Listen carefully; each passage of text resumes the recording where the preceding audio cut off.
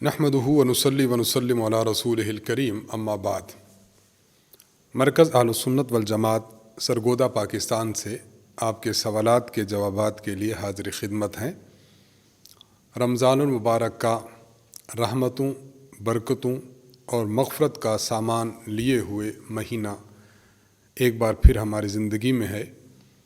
ہر مسلمان کوشش یہ کرے کہ اس مہینے کی عظیم عبادات کو سر انجام دے۔ دن کو روزہ رکھنا، رات کو تراویح میں قرآن مجید پڑھنا اور سننا، نوافل کا اہتمام، تلاوت کا اہتمام، ذکر و اذکار کا اہتمام، اسے اپنی زندگی کا حصہ بنا لیں۔ غریبوں کا خیال رکھنا، رشتہ داروں کا، دوست احباب کا خیال رکھنا، یہ ہماری زندگی کے معمولات میں ہو تو رمضان المبارک کو زیادہ سے زیادہ عبادات میں، ریاضات میں، رجوع اللہ میں، تقوی طہارت میں صرف کرنے کی کوشش کریں۔ اللہ تعالیٰ رمضان کی قدر کی توفیق عطا فرمائے۔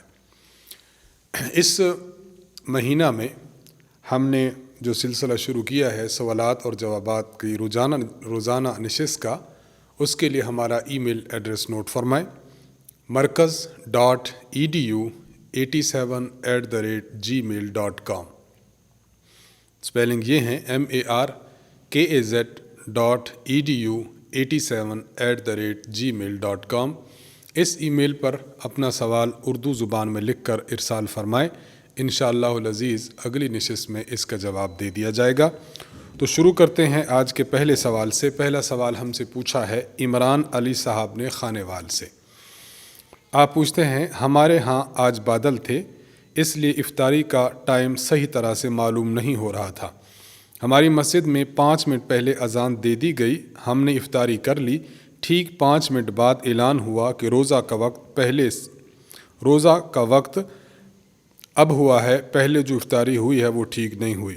سوال یہ ہے کہ اب ہمارے لیے کیا حکم ہے، کیونکہ ہمارا اس میں کوئی قصور نہیں ہے؟ جواب دے کر ممنون فرمائیں، جزاک اللہ خیرا۔ دیکھیے، وقت سے پہلے افطاری ہو چکی ہے، ابھی وقت نہیں ہوا تھا، اس لیے افطاری تو نہیں ہوئی۔ آپ کا روزہ یہ فاسد ہو چکا ہے، ٹوٹ چکا ہے، لیکن چونکہ آپ نے جان بوجھ کر نہیں توڑا بلکہ غلطی سے یہ معاملہ سرزد ہوا ہے، اس لیے شرعی حکم یہ ہے کہ اس ایک روزے کی آپ نے بعد میں قضا کرنی ہے۔ رمضان المبارک گزرے، عید کے بعد جتنا جلد ہو سکے اس روزے کی قضا کر لیں۔ باقی آپ پر اس روزے کے توڑنے پر کفارہ نہیں ہے، کیونکہ آپ نے جان بوجھ کر یہ فعل نہیں کیا۔ سعدیہ خان صاحبہ امریکہ سے سوال کرتی ہیں 2 رمضان کو معمول کے مطابق میں نے سحری کی اور روزہ رکھا۔ فجر کی نماز کے بعد میں سو گئی، اس کے بعد سر میں شدید درد تھا اور یہ درد پورا دن رہا۔ بہت مشکل سے میں نے وضو کیا اور باقی معمولات ادا کیے۔ میری 3 مہینے کی بیٹی بھی ہے جو میرا دودھ پیتی ہے، اس کو بھی سنبھال رہی ہوں۔ دوپہر کے وقت سر درد اتنا شدید ہو گیا کہ میں برداشت نہ کر سکی، اس وقت میں نے گولی کھا لی اور پانی پی لیا۔ اب میرے لیے کیا حکم ہے؟ دیکھیے، جب ایسی آپ کی کنڈیشن ہو چکی ہے کہ سر درد کو برداشت کرنا مشکل ہے اور حد سے تجاوز کرتا جا رہا ہے، تو اس حالت میں اگر کوئی روزہ توڑ دے تو اس کو اجازت ہے، بلکہ صرف اسی کے ساتھ نہیں، بلکہ اگر کوئی خاتون بچے کو دودھ پلا رہی ہے اور اس وقت اتنی شدت سے اس کو تکلیف محسوس ہوئی ہے کہ اس کو روزہ توڑے بغیر چارہ کار نہیں، یا کسی شخص کو ایکسیڈنٹ ہوا اور دوائی پلانے کی حاجت پڑ گئی ہے، اس وقت ہارٹ اٹیک ہوا، اس کو گولی کھانے کی حاجت پڑ گئی ہے، اس وقت کسی موذی جانور نے ڈس لیا، اس وقت کوئی دوائی کھانے کی حاجت پڑ گئی ہے، تو ایسا معاملہ اور ایسی مجبوری کہ جس میں جو مجبوری پیش آئی ہے وہ ناقابل برداشت ہے، انسان کو بہت زیادہ تکلیف پہنچنے کا اندیشہ ہو، انسان کی جان جانے کا اندیشہ ہو، یا کسی پارٹ آف باڈی کے معطل ہونے کا اور خراب ہونے کا اندیشہ ہو، تو اس وقت اجازت ہے کہ یہ افطار کر لے، روزہ یعنی روزہ توڑ ڈالے، تو پھر اسے اجازت ہے۔ البتہ اس کا حکم یہ ہوگا، جس طرح ہماری بہن سعدیہ خان صاحبہ نے پوچھا ہے، کہ آپ کے لیے حکم یہ ہے کہ جب رمضان المبارک کے روزے گزر جائیں، عید گزر جائے، تو عید کے بعد ایک روزہ کی قضا کر لیجئے جتنا جلد ہو سکے۔ باقی آپ پر کفارہ نہیں ہے، کیونکہ آپ کی سچویشن ایسی تھی جو مجبوری کی حالت تھی۔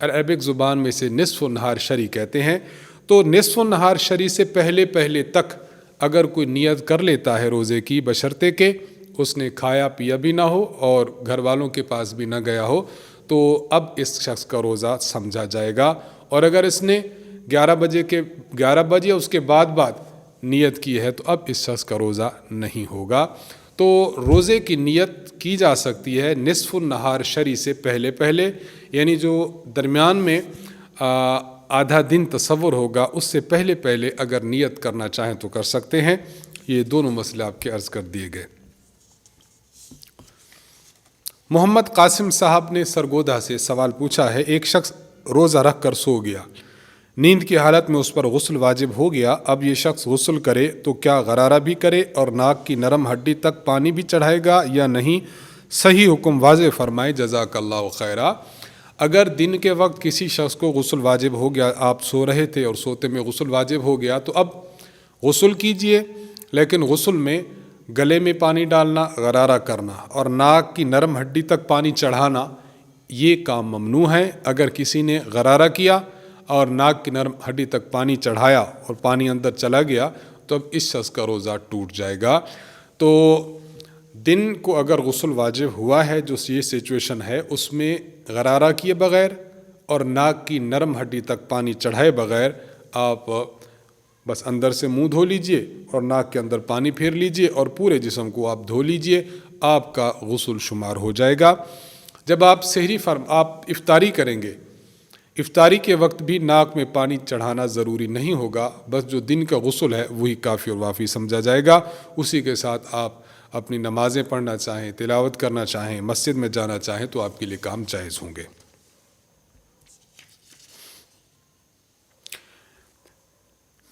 محمد رمضان صاحب نے سوال پوچھا ہے انڈیا سے، پوچھتے ہیں 2 سوالات ہیں آپ کے۔ کیا روزہ رکھنے کے لیے تراویح پڑھنا ضروری ہے؟ دیکھیے، روزہ الگ عبادت ہے، تراویح الگ عبادت ہے۔ تراویح پڑھنا یہ سنت مؤکدہ ہے، روزہ رکھنا یہ فرض ہے۔ روزہ ایک شخص رکھتا ہے تو اس کو فرض پورا کرنے کا ثواب مل جائے گا، اور اگر تراویح پڑھتا ہے تو سنت مؤکدہ پر عمل کرنے کا ثواب مل جائے گا۔ اگر کسی نے تراویح چھوڑ دی تو سنت مؤکدہ چھوڑنے کا سخت گناہ ہوگا۔ تو البتہ یہ کہا جا سکتا ہے کہ اگر کسی شخص نے صرف روزہ رکھا پلس تراویح پڑھی تو اس کو کامل ثواب ملے گا۔ اگر اس نے روزہ رکھا لیکن تراویح کا خیال نہیں رکھتا تو اس کا مطلب رمضان کی پوری عبادت نہیں کر رہا، ادھوری عبادت کر رہا ہے، تو مجموعی طور پر اس کے ثواب میں کمی آ جائے گی، لیکن روزہ اس کا بہرحال ہو جائے گا۔ دوسرا سوال آپ نے پوچھا ہے کہ تراویح کی کیا فضیلت ہے، کیا کسی حدیث میں اس کی کوئی فضیلت وارد ہوئی ہے؟ بتا دیں، جزاک اللہ خیرہ۔ صحیح بخاری حدیث نمبر 37، صحیح مسلم حدیث نمبر 357۔ حضرت ابو ہریرہ رضی اللہ تعالی عنہ سے روایت ہے، فرماتے ہیں کہ رسول اللہ صلی اللہ علیہ وسلم نے ارشاد فرمایا، من قام رمضان ایمانا واحتسابا غفر له ما تقدم من ذنبی۔ جس شخص نے رمضان المبارک میں رات کا قیام یعنی تراویح پڑھی، قیام رمضان کیا 2 شرطوں کے ساتھ، نمبر 1 ایماناً مومن ہو، نمبر 2 احتساباً نیت یہ ہو کہ اس کا ثواب ملے گا، نیت اس کی دکھلاوے کی اور ریاکاری کی نہ ہو۔ ان 2 شرائط کے ساتھ جو شخص تراویح پڑھے گا، غفر له ما تقدم من ذنبی، اس کے پچھلے سارے گناہ معاف کر دیے جائیں گے۔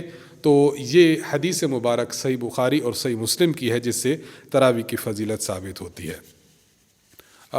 میں نے صحیح مسلم کی جو حدیث ہے وہ 759 ہے، صحیح مسلم کی روایت۔ برہان الدین صاحب جموں کشمیر سے آپ نے سوال پوچھا ہے کہ نماز میں صف سائڈ سے بنائی جائے یا سنٹر سے؟ مطلب یہ کہ امام کے پیچھے ایک صف کھڑی ہے اور اس کے پیچھے نئی صف بنانا چاہتے ہیں تو سنٹر سے بنائیں یا بالکل سائڈ سے؟ اس کا جواب یہ ہے کہ امام کے بالکل پیچھے سے بنائیں، یعنی سنٹر سے۔ اب امام کے پیچھے ایک شخص صف بنی ہوئی ہے تو اب اس سے پیچھے جو صف بنائیں گے تو شخص اعتبار کرے امام صاحب کا، امام صاحب کے پیچھے آ گیا، پھر جو نیا شخص آئے اس کے دائیں طرف، پھر نیا آئے اس کے بائیں طرف، پھر نیا دائیں طرف بائیں طرف، تو سنٹر سے یوں دائیں بائیں کی جانب صف کا بنانا ضروری ہے، ایک کونے سے صف بنائی جائے تو یہ درست نہیں ہے۔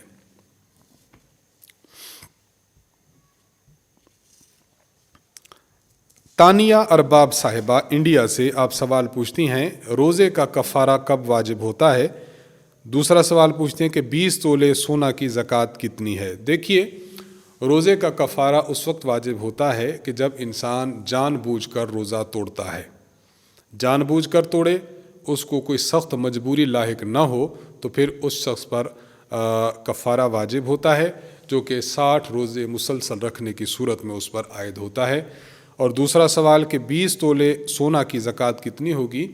دیکھیے، 20 تولہ سونا ہے، آپ کے پاس اگر چاندی ہے اس کو بھی کاؤنٹ کیجئے، اور اگر آپ کے پاس کوئی نقدی رقم ہے اس کو بھی شامل کیجئے، اور اگر کوئی مال تجارت ہے، ایسی چیز تھی، پلاٹ ہے یا کوئی اور ساز و سامان ہے، گھر ہے، کار ہے، اسکوٹر ہے، جو ایسی چیز تھی کہ جو آپ نے اس نیت سے خریدی تھی کہ اس کو آگے بیچ دیں گے، اور وہ نیت آپ کی اب موجود بھی ہو، تو ان چاروں چیزوں کی قیمت اور مارکیٹ ویلیو آپ منگوا لیجئے مارکیٹ سے، اور اس کو آپ جمع کر لیجئے، تمام اپنے اموال کو، ان کی قیمت جب لگ جائے جتنی بھی ہو، اس کا 2.5% آپ نے زکوٰۃ میں ادا کرنا ہے۔ تو 20 تولے سونا ہے، اس کے علاوہ اور جو اموال آپ کے پاس ہیں سب کو جمع کریں، قیمت نکالیں، اور 2.5% اس کی زکوٰۃ ہوگی جو ادا کرنا ہوگی۔ ارسلان صاحب لکھتے ہیں گھر میں تراویح کیسے پڑھیں؟ دیکھیے، اگر خواتین بھی ہیں گھر میں اور مرد بھی ہیں تو مردوں کو چاہیے کہ اپنے فرائض یہ مسجد میں جا کر ادا کریں، مسجد میں امام صاحب کے پیچھے فرض پڑھیں، اس کے بعد گھر آ جائیں۔ جو امام صاحب ہو، حافظ صاحب ہو، جس نے گھر میں تراویح پڑھانی ہے، وہ مصلی پر ہو، اس کے پیچھے مردوں کی صفیں ہوں اور اس کے پیچھے خواتین کی صفیں ہوں۔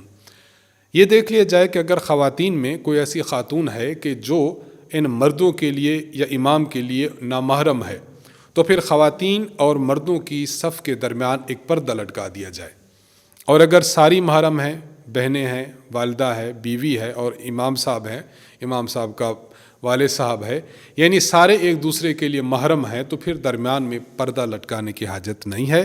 اور اس حوالے سے تیسری بات یہ سمجھ لی جائے کہ جو شخص امامت کرا رہا ہو تو اس کو نیت کرنی چاہیے کہ میں خواتین کی امامت بھی کرا رہا ہوں، تو خواتین کی امامت کی نیت بھی وہ ضرور کرے۔ ان 3 شرائط کے ساتھ اپنے گھر میں نماز ادا کی جائے تو بہتر ہے۔ عریشہ مریم صاحبہ ڈیرہ غازی خان سے آپ سوال پوچھتی ہیں مولانا صاحب روزہ کی حالت میں دانت میں فلنگ کروائی جا سکتی ہے یا نہیں؟ جی ہاں، فلنگ کروائی جا سکتی ہے، لیکن خیال رکھا جائے کہ فلنگ کرتے ہوئے کوئی ذرہ آپ کے گلے میں نہ چلا جائے، اس کا خیال رکھا جائے۔ ہاں، اگر یہ خدشہ ہو کہ ایسا ہو سکتا ہے تو پھر روزے کی حالت میں فلنگ کرانے سے احتراز کریں، جب روزہ افطار کر لیں، افطاری کے بعد یہ کام کر لیا جائے۔ زید احمد صاحب حیدرآباد انڈیا سے آپ سوال کرتے ہیں کیا ناپاک گدے پر چادر بچھا کر اس کے اوپر بیٹھ کر قرآن مجید پڑھ سکتے ہیں یا نہیں؟ جی ہاں، پڑھ سکتے ہیں، اس میں کوئی حرج نہیں ہے، لیکن بہتر یہی ہے کہ گدے کو صاف ستھرا کر لیا جائے تاکہ انسان ناپاک چیزیں استعمال کرنے کے بجائے پاک چیزوں کے استعمال کرنے کا عادی بنے۔ آفتاب صاحب اورنگ آباد سے سوال پوچھتے ہیں تراویح کی نیت کیسے کریں؟ تراویح کی نیت یہی کی جائے کہ میں تراویح اللہ کی رضا کے لیے پڑھ رہا ہوں، یا یہ بھی نیت کی جا سکتی ہے کہ میں 2 رکعت تراویح پڑھ رہا ہوں اور جو سنت موقدہ ہے اور اللہ تعالیٰ کی رضا ہے، یوں نیت کی جائے۔ باقی زبان سے الفاظ ادا کرنا ضروری نہیں ہے، دل کے ارادے کا نام ہی نیت ہے۔ دل میں آپ نے ارادہ کر لیا کہ میں تراویح پڑھ رہا ہوں جو سنت موقدہ ہے، تو بس یہ نیت کافی ہو جائے گی۔ آخری سوال ہم سے پوچھا ہے سمیع اللہ صاحب نے رحیم یار خان سے۔ آپ سوال پوچھتے ہیں کہ روزہ کی حالت میں اگر کسی شخص کو کھانا کھاتا یا پانی پیتا دیکھ لیں تو کیا حکم ہے؟ اس کو منع کریں یا کھانے پینے دیں؟ جواب دے کر ممنون فرمائیں۔ دیکھیے، رمضان المبارک میں روزہ کی حالت میں اگر کسی کو کھاتا پیتا دیکھ لیں تو حکم یہ ہے کہ جس کو کھاتا پیتا دیکھ رہے ہیں اس کی کنڈیشن کو دیکھا جائے۔ اگر جس کو کھاتا پیتا دیکھ رہے ہیں وہ جوان ہے، تنومند اور طاقتور آدمی ہے کہ وہ بھوک برداشت کر سکتا ہے، تو پھر اس کو کھاتے پیتے رہنا نہیں چاہیے، اس کو فوراً روک دینا چاہیے کہ بھائی صاحب آپ کا روزہ ہے۔ اور اگر معاملہ ایسا ہے کہ جس کو کھاتا پیتا دیکھ رہے ہیں وہ بوڑھا آدمی ہے، کمزور آدمی ہے، پتہ ہے کہ بھوک برداشت نہیں کر سکتا، تو بس اس کو اب کھانے پینے دیں، اس کو یاد نہ دلائیں۔ تو یہ صورتحال ہے، اور یہ اس میں تھوڑی سی تفصیل ہے۔ اس کے ذریعے سے کسی کو دیکھیں کھاتا پیتا تو روکنا ہے یا نہیں روکنا، اس کنڈیشن اور صورتحال کے مطابق اس کا فیصلہ کر لیا جائے۔ اگلا سوال ہم سے پوچھا ہے عبد الغفور صاحب نے لاہور سے۔ آپ سوال پوچھتے ہیں کہ تراویح 2 رکعت پڑھنے کے بجائے اگر 4 رکعت پڑھی جائیں تو اس کا کیا حکم ہے؟ تراویح 2 رکعت کر کے پڑھنا یہ سنت متوارثہ، متواترہ اور دور صحابہ سے لے کر آج تک چلی آنے والی سنت ہے۔ اگر کوئی شخص 2 رکعت پڑھنے کے بجائے 4 رکعت اکٹھی اور ایک سلام کے ساتھ پڑھتا ہے تو اس طرح پڑھنا غیر مسنون ہے، اس سے اجتناب کرنا چاہیے۔ منیر احمد صاحب نے حیدرآباد سے سوال کیا ہے، داڑھی منڈے امام کے پیچھے تراویح پڑھنا کیسا ہے؟ امام صاحب اب داڑھی منڈانے سے توبہ کر چکے ہیں، لیکن ان کی داڑھی ابھی چھوٹی ہے، 1 مچھ سے کم ہے۔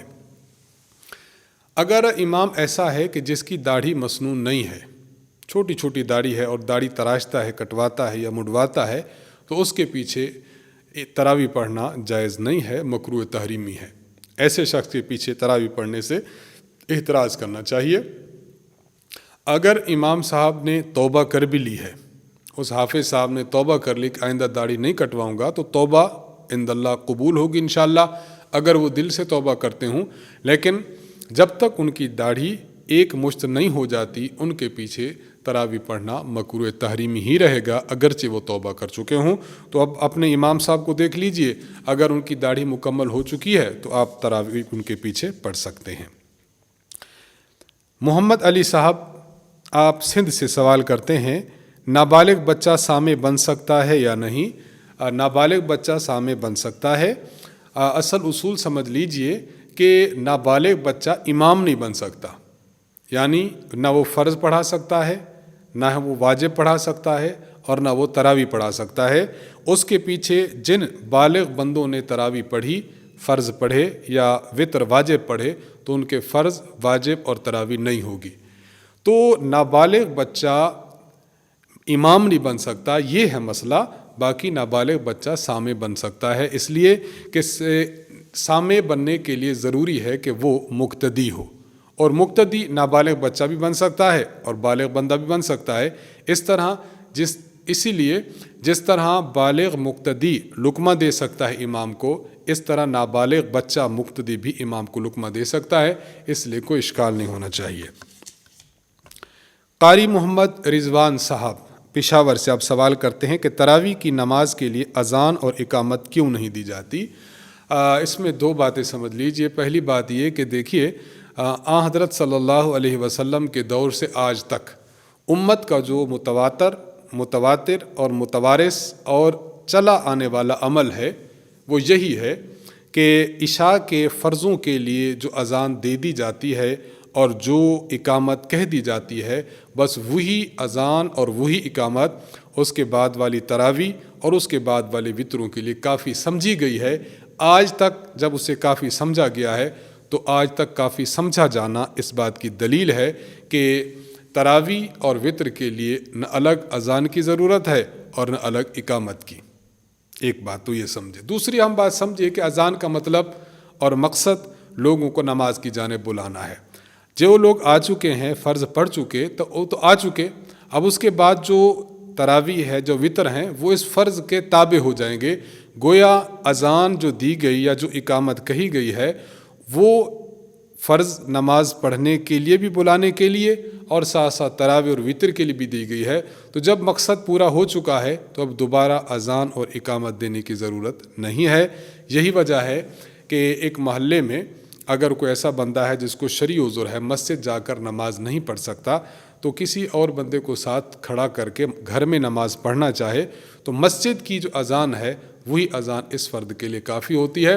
تو جب ایک اذان دوسرے فرد کے لیے جو الگ جماعت کرا رہا ہے کافی ہے، تو پھر وہی جماعت موجود ہے، وہی مقتدی موجود ہیں، وہی امام موجود ہے، تو فرض کی جو اذان ہوگی اور اقامت ہوگی وہی اذان اور اقامت اس کی تراویح اور ساتھ ساتھ وطر کے لیے بھی کافی ہوگی۔ ان دو وجوہات سے یہ بات حل ہو جاتی ہے۔ آخری سوال پوچھا ہے ہم سے انڈیا سے سائمہ علی صاحبہ نے۔ آپ پوچھتی ہیں کہ رات کو ڈراؤنے خواب آتے ہوں اور بندہ ڈر جائے تو کیا کرنا چاہیے؟ دیکھیے، عشاء کی نماز پڑھیے، تراویح پڑھیے، وطر پڑھیے، اور اس کے بعد جب سونے لگیں تو کوشش کریں کہ باوضو ہو کر سوئیں۔ اپنے بستر پر آئیے، سورۃ الملک کی تلاوت کیجیے۔